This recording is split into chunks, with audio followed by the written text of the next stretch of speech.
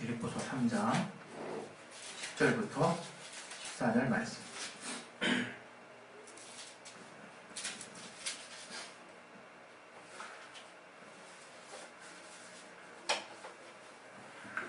예, 우리 찾으셨으면 우리 다 같이 우리 합독하도록 그렇게 하겠습니다. 시작. 내가 그리스도와 그 부활의 권능과 그 고난에 참여함을 알려하여 그의 죽으심을 본받아 어찌하든지 죽은 자 가운데서 부활에 이르려 하노니 내가 이미 얻었다 함도 아니요 온전히 이루었다 함도 아니라 오직 내가 그리스도 예수께 잡힌 바 된 그것을 잡으려고 쫓아가노라. 형제들아, 나는 아직 내가 잡은 줄로 여기지 아니하고 오직 한 일, 즉 뒤에 있는 것은 잊어버리고 앞에 있는 것을 잡으려고 표대를 향하여 그리스도 예수 안에서 하나님이 위에서 부르신 구름의 상을 위하여 쫓아가노라. 오늘 이 말씀 통해서 하나님이 오늘은 특별히 부활주일로 우리가 드려지는 예배입니다. 늘 반복하지만 우리는 날마다 모일 때마다 우리를 위해서 죽으신 주님을 또 다시 오셔서 우리를 맞이하실 주님을 우리가 기뻐함으로 항상 감사하고 고대해야 할 것입니다. 그런 특별히 이 시간에 또 하나님이 이 부활주일 맞이해서 이 기독교교회 전체가 또 이 주일날 또 선포되는 그 부활의 말씀을 성령으로 우리가 받을 수 있도록, 성령의 충만함으로 받을 수 있도록 우리에게 들을 귀가 있게 해주시고 마음밭을 열어달라고 우리 예수의 한 번씩 기도하겠습니다. 예수여! 하나님 아버지, 우리에게 정말 믿음을 주시옵소서. 우리에게 하나님 함께하시고 하나님 역사하시는 귀한 은혜가 넘치시고 아버지 우리를 도와주시옵소서. 아버지 성령께서 우리 가운데 충만하게 임해주셔서 하나님의 성령 우리 가운데 알게 해주시고 영접해주시고 인도해 주시옵소서. 붙들어주시고 인도해 주시옵소서. 아버지 깨닫게 인도해 주시옵소서. 주께 참으로 감사하며 예수 이름으로 기도했습니다. 아멘. 우리 하나님은 부활의 하나님이십니다. 할렐루야. 아멘. 만약에 부활이 없었다면 고린도전서 15장에서 쭉 바울이 고백하는 것처럼 12절 이하에 쭉 고백하는 것처럼 우리에게 부활이 없으면 그 자체가 절망입니다. 우리가 예수로 말미암아 예수의 보혈의 공로로 말미암아 우리가 죄사함을 얻었는데 예수께서도 다시 사신 것이 바로 그가 죄가 없음을 만천하에 또 증거하게 되는 것입니다. 그래서 그가 우리를 위해서 피 흘려 죽으심이 우리의 죄의 값을 사하신 거 맞지만 또 그가 만인 앞에서 또 이 역사 가운데 하나님이 직접 저를 성령의 힘으로 살려주심을 통해서 우리는 예수께서 정말 죄가 없으신 분이구나. 또 우리의 모든 죄가 저를 통해서 완전하게 사해졌구나 하는 것을 우리가 제대로 힘입을 수 있는 것입니다. 그래서 우리에게 있어서 부활은 신앙의 분명한 최고의 목적이에요. 최종 목적이에요. 최종 목표예요. 우리가 어떤 상황이 있을지라도 늘 나 자신이 내가 과연 주님의 부활의 소망을 갖고 있는 것이냐 이것에 대해서 할 말이 있어야 됩니다. 할 말이. 그냥 우리가 때로는 주님 살아계신 하나님을 믿고 또 주님이 우리 가운데 역사하심을 우리가 힘입어서 또 주님을 사랑함으로 하루하루를 보낼 수 있지만 우리의 믿음의 실체가 무엇인지를 누군가가 여러분에게 묻는다면 여러분은 지체하지 아니하시고 부활을 얘기하실 수 있어야 돼요. 우리가 말씀 하나 또 볼 건데요.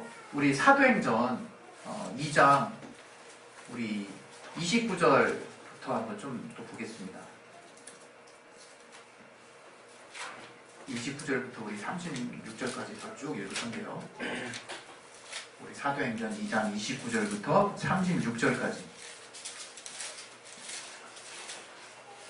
네, 우리 같이 찾으셨으면 우리 같이 한번 읽겠습니다. 시작. 형제들아, 내가 조상 다윗에 대하여 담대히 말할 수 있노니 다윗이 죽어 장사되어 그 묘가 오늘까지 우리 중에 있도다. 그는 선지자라. 하나님이 이미 맹세하사 그 자손 중에서 한 사람을 그 위에 앉게 하리라 하심을 알고 미리 모르고로 그리스도의 부활하심을 말하되 저가 음노에 버림이 되지 않고 육신이 썩음을 당하지 아니하시리라 하더니 이 예수를 하나님이 살리신지라. 우리가 다 이 일의 증인이로다. 하나님이 오른손으로 예수를 높이심에 그가 약속하신 성령을 아버지께 받아서 너희 보고 듣는 이것을 부어주셨느니라. 다윗은 하늘에 올라가지 못하였으나 친히 말하여 가로되 주께서 내 주에게 말씀하시기를 내가 내 원수로 내 발등상 되게 하기까지 너는 내 우편에 앉았으라 하셨도다 하였으니 그런즉 이스라엘 온 집의 정령 알지니 너희가 십자가에 못 박은 이 예수를 하나님이 주와 그리스도가 되게 하셨느니라 하니라. 응? 베드로가 담대하게 이 복음을 전하는 그것을 가지고 혼란하는 된 청중들을 향해서 외쳤던 장면이에요. 베드로가 이 외치는 장면에서 저가 과연 이 성령으로 말미암아 확실하게 알게 된 것이 무엇일까? 저가 예수님이 돌아가신 이후에 제자들이 다 무서워서 마가의 다락방에서 그 문을 꽁꽁 닫아가지고 숨어 있었죠. 사실상 숨어 있었던 거죠. 그때 예수께서 호련히 저들 가운데 문을 뚫고 들어오셔서 너희에게 평강이 있을지어다 말씀을 하셨어요. 그분이 다시 사신 것을 친히 제자들에게 보여주셨죠. 그런데 제자들이 그 장면을 보고 여전히 그 앞에서도 그 주님을 믿지 않았던 도마가 있었죠. 도마에게 주님께서 손과 옆구리에 창자국을 보여주시고 직접 손가락을 넣어보라 말씀하시고 이제 보지 않고 믿는 자는 복되다는 말씀하시고 믿는 자가 되라고 말씀을 하세요. 믿는 자가 되라. 여러분 우리가 정말 믿는 자가 되어야 돼요. 믿는 자. 요한복음 14장에 하나님을 믿으니 또 나를 믿으라 이런 말씀이 있어요. 우리가 하나님을 믿지 않으면 우리에게 있는 담력은 아무런 의미가 없는 거예요. 어떤 분은 예수를 믿고 나서 그거 장롱에다 잠깐 보관한 다음에 창고에다 보관한 다음에 자기 신념으로 사시는 분이 있어요. 늘 두렵죠. 우리가 예수를 믿는다고 두려움이 다 떠나가는 건 아니라고 생각합니다. 그러나 예수를 제대로 믿고 있다면 그 두려움이 능히 그 두려움을 이길 수 있는 힘을 하나님이 우리에게 주신다는 것을 우리가 알게 돼요. 그것을 체험한 자가 주님이 원하시는 길을 갈 수 있는 거예요. 주님이 보여주시는 영광스러운 길을 갈 수 있는 거예요. 우리가 뭔가 대단해서 마치 세상의 어떤 종교처럼 수행을 통해서 고행을 통해서 많은 사람들의 존경을 받고 박수를 받고 죽은 이후에 그런 사람이 있을지라고 칭찬 들으려고 내공을 쌓는 게 아니라 이거지. 신앙은 하나님이 주시는 힘으로 살아가는 거예요. 지금 이 순간에도 아마 예수만 바라보고 소리 소문 없이 조용히 생을 마감하시는 분도 있을 거예요. 이 땅에서는 저에게 어떠한 영광이라고 볼 수 있는 요소가 전혀 없을 수도 있다 이거예요. 그러나 저는 분명한 것은 하나님이 주시는 힘으로 살았다라고 하는 하나님과 저와 정말 긴밀하게 알고 있는 분명한 영광의 상급이 있는 거예요. 영광의 상급이. 정말 우리가 알고 있듯이 돌마다 죽었던 스데반 집사가 예수께서 보좌 위에 서신 것을 보노라 그랬어요. 그 장면 앞에 여러분 우리는 자꾸 이 상황을 잘 이렇게 보지 않으려고 하는 그 경향이 다소 있는데 많은 사람들에게 둘러싸여 있는 거예요. 또 어떤 사람은 돌을 쥐고 있을 수도 있었을 것 같아요. 돌을. 그리고 이를 박박 갈면서 듣고 있었겠죠. 이거 내가 자칫 말 하나 까딱 잘못하면 돌마다 죽겠구나라고 하는 그 현장감을 스데반이 과연 못 느꼈을까? 전 느꼈을 것 같아요.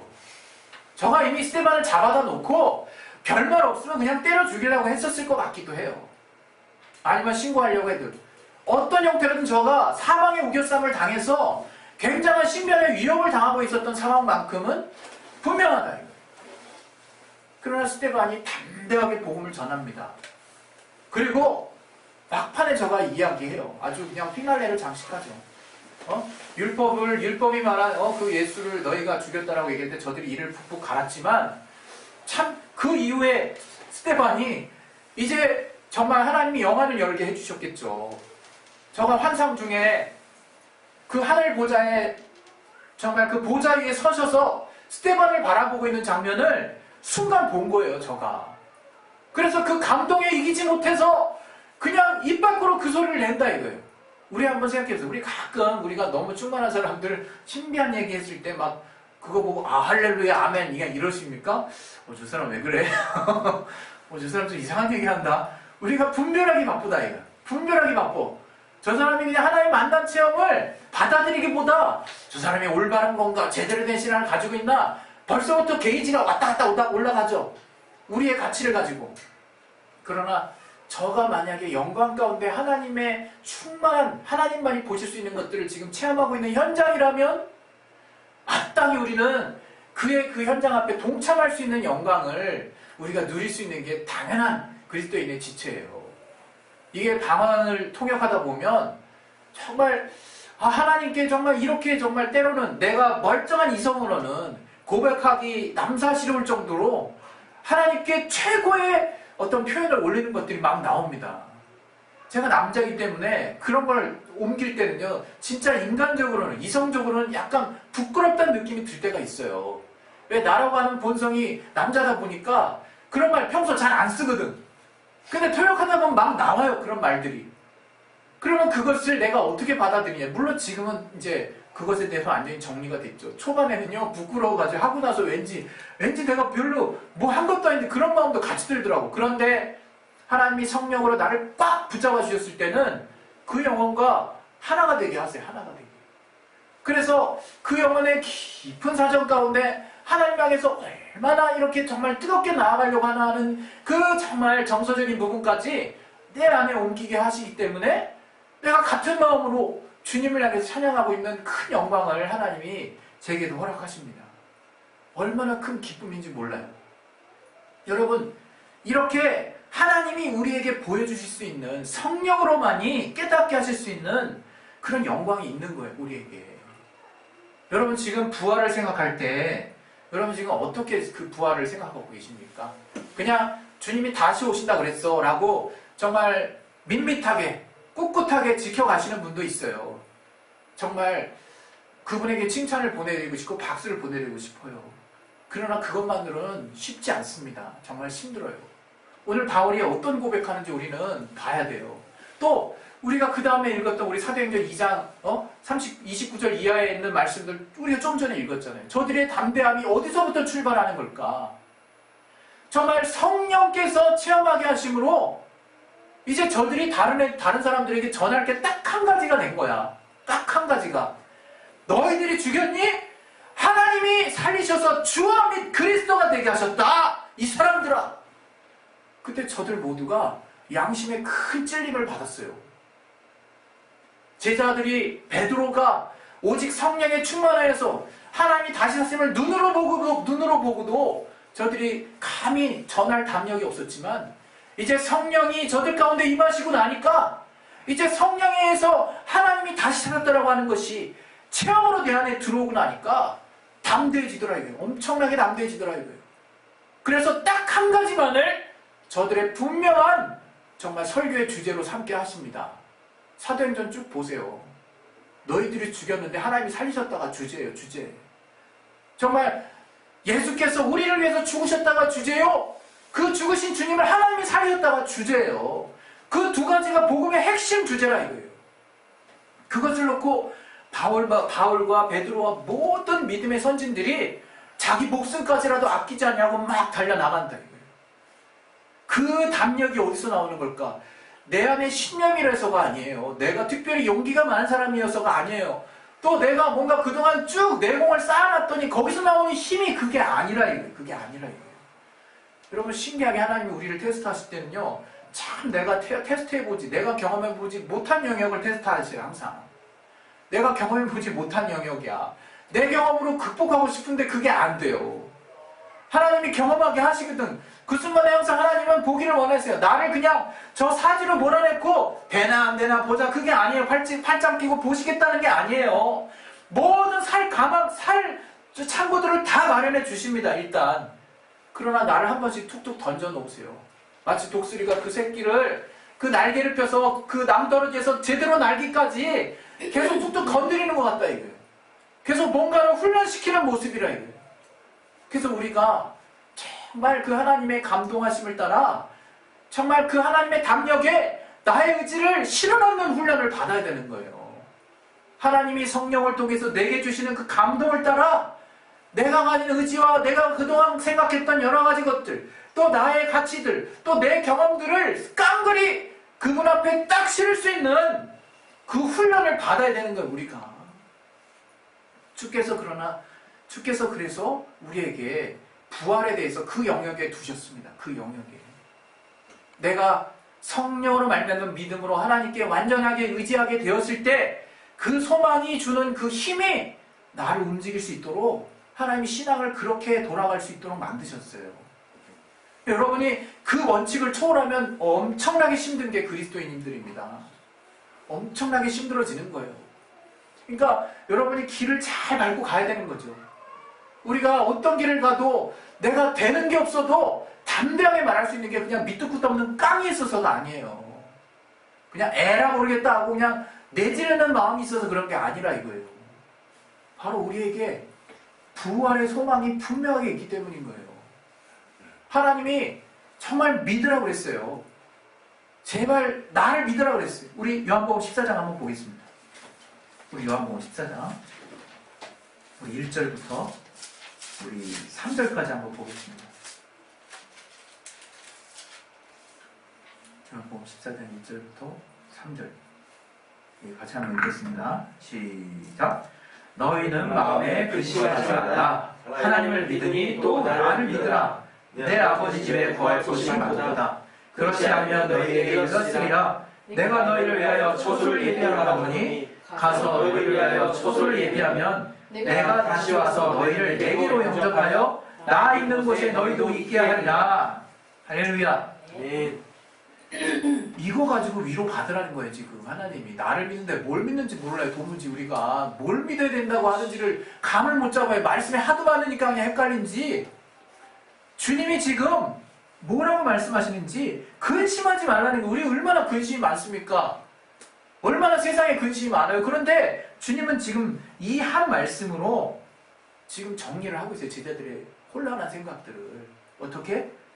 내 아버지 집에 거할 곳이 많다. 내가 먼저 갈 건데 곧 있으면 올 거다. 내가 너희를 위해서 처소를 예비하고 있을 거니까 걱정하지 말고 내 말을 믿어라. 지금 이렇게 말씀하고 계시는 거라 이거예요. 여러분 우리가 정말 자꾸 다른 이유들을 찾아서 다른 어떤 내가 정말 이것을 해야 하는 이유야. 이것이 바로 내가 해야 하는 이유야 라고 하면서 막 으쌰으쌰 영차 그래 난 할 수 있어 이렇게 신념을 또 의지하지도 마시고 또 정말 경우에 따라서 정말 하나님 무슨 말씀이 필요하지만 그냥 이걸 저걸 찾으려고 막 돌아다니지도 마시고 그때 하나님이 감동 주실 때니까 그 주시는 말씀을 받되 가장 중심의 핵심에는 무엇을 두느냐? 바로 이 부활의 소망을 두시라 이거예요.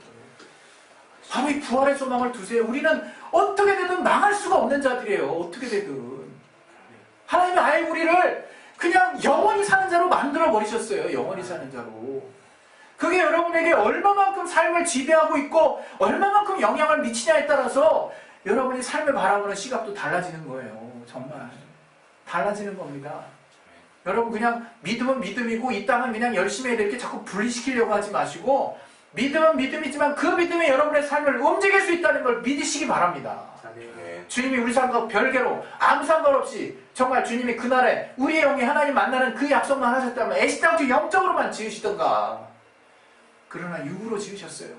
이 땅에 있는 모든 삶의 가치들을 우리가 수고하게 하셨고 그 가치들 가운데 하나님이 함께 하십니다. 그 가운데 하나님이 이루시길 원하세요.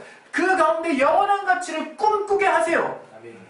우리가 만약에 이 땅의 삶과 별개로 이 땅은 열심히 나름대로 사는 것이고 그 나라를 우리가 꿈꿔야 영원히 구원을 얻으라고 이원론적으로 생각한다면 우린 육신 없는 영지주의와 같은 생각을 때로는 하는 거예요. 그러지 마시라 이거예요. 우리 육신을 분리할 수 없습니다. 우리가 그날 그대로 이 생각 그대로 가지고 그날 부활하게 될 것입니다. 정말 아쉬운 사람도 있을 것이고 내가 이 땅에 있을 때 그 육신의 유혹이 있음에도 불구하고 성령을 힘입음으로 내가 나름 최선을 다해서 몸부림쳤고 하나님이 주시는 힘으로 그때마다 승리한 경험들이 있는 사람들은 그것을 통해서 하나님이 얼마나 나를 풍요롭게 꽉 채워주시는지를 체험할 거라 이거예요. 우리가 그것 때문에 사는 거예요. 그것 때문에. 그 소망 때문에. 이 땅에 여러분 우리가 이번 일주일 한번 생각을 해보십시다. 해보세요. 정말 실망할 게 왜 이렇게 많습니까? 낙담될 게 왜 이렇게 많습니까? 크고 작은 그 분량의 차이일 뿐이지. 그렇다고 내가 매 순간 잘하자 형태가 매번 이래야 됩니까? 주님은 그 코드를 완전히 전환시켜 주신 거예요. 그냥 내 안에 거하라는 거예요. 그냥 주님 안에 거해서 주님이 정말 영원한 약속 우리 가운데 하신 그것만 딱 붙잡고 있으라 이거예요. 아멘. 그러면 거기서부터 그냥 야금야금 막 나오는 거예요. 아멘. 제가 목회서신에도 써놨는데요. 저는요 매년 진짜 제가 모르겠어요. 이마과 출신이라서 그런지 모르겠어요.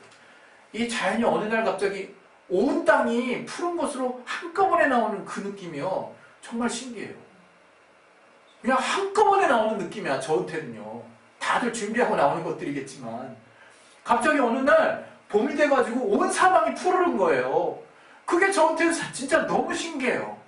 어떻게 이렇게 딱딱한 씨가 전혀 뭐라도 나올 것 같지도 않은 딱딱한 씨가 따로 보관되어 있던 씨가 흙에 잠겨 있다가 봄 날씨를 어떻게 알고 싹을 틔워서 푸르름을 정말 온 땅에 쫙 펼쳐내는지 하나님의 역사가 놀랍다 이거예요. 하나님의 그 생명의 역사가 놀랍다 이거예요. 부활은 그런 것과 같은 거예요. 우리 안에 우리가 지금은 싹을 틔우지 못해서 이 땅에서 뭔가 보여지지가 않는다고 해서 우리 안에 그냥 마치 겨울처럼 땅속에 있는다고 해서 아무것도 아닌 게 아니라 이거예요. 그것이 주님을 만난 날 빵 터져버린다 이거예요. 공중에서 정말 혼인잔치라고 얘기하지 않습니까? 우리가 이 땅 살 때 우리 정말 형제분들이나 자매분들이나 정말 최고의 잔치를 뭐라고 생각할 것 같습니까? 결혼 아니겠습니까? 결혼? 물론 이 시간에 또 정말 주님이 주시는 그 영광을 때문에 정말 태어날 때부터 그 정말 결혼하지 않는 사람도 있대요. 그러나 제가 이 시간 얘기하고 싶은 것은 정말 하나님이 남녀에게 또 정말 함께 되는 그 사명을 주신 자들에게는 결혼이 최고의 기쁨이라 이거예요. 최고의 기쁨. 그런데 그 혼인잔치를 주님이 부활하신가 주님을 만나는 그것으로 비유를 했다 이거예요. 우리가 지금 이 땅에 사는 것으로 땅 끝나고 또 그 이후에 영원한 삶이 있다고 그렇게 생각하지 마시고요. 지금 우리 영혼이 그대로 주님 만난다고 생각하세요. 주님이 나를 믿는 자는 죽어도 살겠고 살아서 나를 믿는 자는 영원히 죽지 아니하리라 그 말씀을 어떻게 여러분 이해하십니까? 계속된다는 거예요. 주님 안에서 죽은 사람은 죽은 사람이 아니야. 산 자야. 그래서 저들이 그렇게 물어봤어요. 주여 정말 형들도 형이 아내를 취하다가 죽고 둘째도 죽고 셋째도 죽고 7사람이 다 죽었습니다. 그러면 죽은 다음에 이 여인은 과연 누구의 아내가 되겠습니까? 이렇게 물어봤대요. 근데 주님이 너희가 전혀 지식이 없어. 천국에 대한 지식이 없어. 부활에 대한 지식이 없으므로 이렇게 정말 미련한 지금 질문을 하고 있구나 얘기를 하세요. 천국에서는 장가도 안 간대. 근데 거기서 주님이 하신 말씀이 뭐라 그랬냐? 너희가 죽은 자의 부활을 의논할진데 너희가 엉뚱한 질문을 하고 있다는 거예요. 지금 죽어서 저들의 관심은 죽은 다음에 이 사람이 누구의 차지가 될 것이냐 이렇게 이어서 생각할 수 없는 죽은 다음에 그런 개념으로 물어봤지만 하나님은 아브라함의 하나님이요 이삭의 하나님이요 야곱의 하나님이라 말씀하시고 하나님은 산자의 하나님 거기서 야곱의 하나님이라 이삭의 하나님이라 야곱의 하나님이라 말씀하실 때 하나님이라가 하나님이었더라가 아니에요. 현재형으로 쓰였어요. 현재형으로. 그 구약에도 현재형으로 말씀하셨지만 예수님이 인용하실 때도 헬라어로 인용하실 때도 현재 진행형으로 현재 시제로 인용하셨다 이거예요. 지금 아브라함은 나와 함께 있다는 거예요. 이삭도 나와 함께 있다는 거예요. 야곱도 나와 함께 있다는 거예요. 저는 그냥 나에 대한 믿음을 가지고 자고 있다는 거예요. 여러분 하나님이 아브라함에게요 하늘의 별과 같고 땅에 모래와 같은 자손이 번성할 것에 대한 약속을 하세요. 아브라함이 죽고 아예 멸절돼서 사라져버렸어. 그게 무슨 소용입니까 여러분? 잘 생각하세요. 저가 봐야지. 하늘의 별과 같고 땅의 모래 같은 그 약속이 성취된 걸 봐야 될 거 아니에요. 아브라함도. 아브라함 이제 본다니까요. 지금 자고 있을 뿐이에요. 지금 그의 약속이 유효한 것은 그가 여전히 하나님이 저를 택하셨을 때는 하나님과 함께하는 우리 모든 권속은 주님 앞에 영원히 사는 자들이라 이거예요. 영원히 사는 자, 산자의 하나님이라 이거예요. 그래서 살아서 주님을 계속 믿는 거예요. 우리는 주님이 우리를 다시 살리실 것입니다. 이 육체의 한계의 틀을, 육체의 장막을 벗어나게 하셔서 영원히 살게 하실 거예요. 생명의 부활로 부활하게 하실 겁니다. 우리가 그 부활이 있을 때 정말 주여, 정말 내가 이 육신이 있을 때 육체의 삶이 자꾸 나를 가로막아서 영원의 삶을 못 보게 하였지만 내가 성령을 힘입어서 정말 그때그때 하나님이 추억을 만드신 것들을 가지고 있습니다. 하나님, 이게 맞죠? 그래야 그래서 조금 더 생각하지 그랬냐. 맞다. 이제 나를 보니 어떠냐? 주님이 우리를 칭찬해 주지 않겠냐 이거예요. 여러분, 지금 우리의 신앙은 주님의 나라까지 가 있습니다. 주님의 나라까지 가 있는 거예요. 딱 끊지 마세요. 죽고 나서 또 우리가 바톤 터치하고 그렇게 생각하지도 마세요. 그냥 우리 영혼이 살아있으면 그대로 주님 만나는 것이고, 우리가 이 땅에서 주님 주신 수명대로 육신의 삶을 마감하면 그 영혼이 낙원에 있다가 주님 부르시면 그때 죽은 자가 먼저 일어난다 그랬어요. 주님 만나는 거예요. 어떻게든 우리는 주님을 만나서 우리 영혼이 계속된 주님과의 영광스러운 삶을 산다는 것을 여러분이 분명히 기억하십시오. 이 땅에서 실망할 일은 아무것도 없어요, 여러분. 정말 잠시 잠깐입니다. 흘러갑니다. 또 그냥 모면하기 위한 말씀이라고 오해도 하지 마세요. 또 능히 극복하고 피할 길도 내주실 뿐만 아니라 그 일을 왜, 정말 그 일이 왜 생겼는지까지 깨닫게 해주세요. 완전 풀 패키지예요. 풀 패키지. 우리가 주님 안에서 하나님이 우리에게 영원하게 살게 하신 그 소망의 가치를 분명히 붙들고 주님 안에 속해서 주님이 내게 주신 선한 일을 쫓아가다 보면 생명의 부활을 하게 될 것입니다. 정말 심판의 부활, 우리랑 상관없는 얘기예요. 우리가 마귀랑 싸울 때도 막 그냥 치열하게 싸워서 이긴다는 그런 엉뚱딴지 같은 생각 하지 마세요. 우린 이미 승리한 자예요. 하나님 주신 믿음이면, 그 믿음이면 그냥 빛이 어둠 가운데, 어둠이 빛 가운데 쏜살같이 사라지는 것처럼 그렇게 되는 것이 영적인 원리예요. 여러분, 주님의 승리 안에서, 주님이 우리에게 주신 영원한 소망 안에서 늘 담대함을 잃지 않으시기를 예수 이름으로 축원드립니다. 할렐루야. 이번 시간에 말씀 하나 우리 마지막으로 보고 우리 마치도록 하겠습니다. 이 말씀 보실 때 우리가 이제 한 번 더 생각을 했으면 좋겠어요. 우리 갈라디아서 우리 6장 14절부터 17절까지입니다.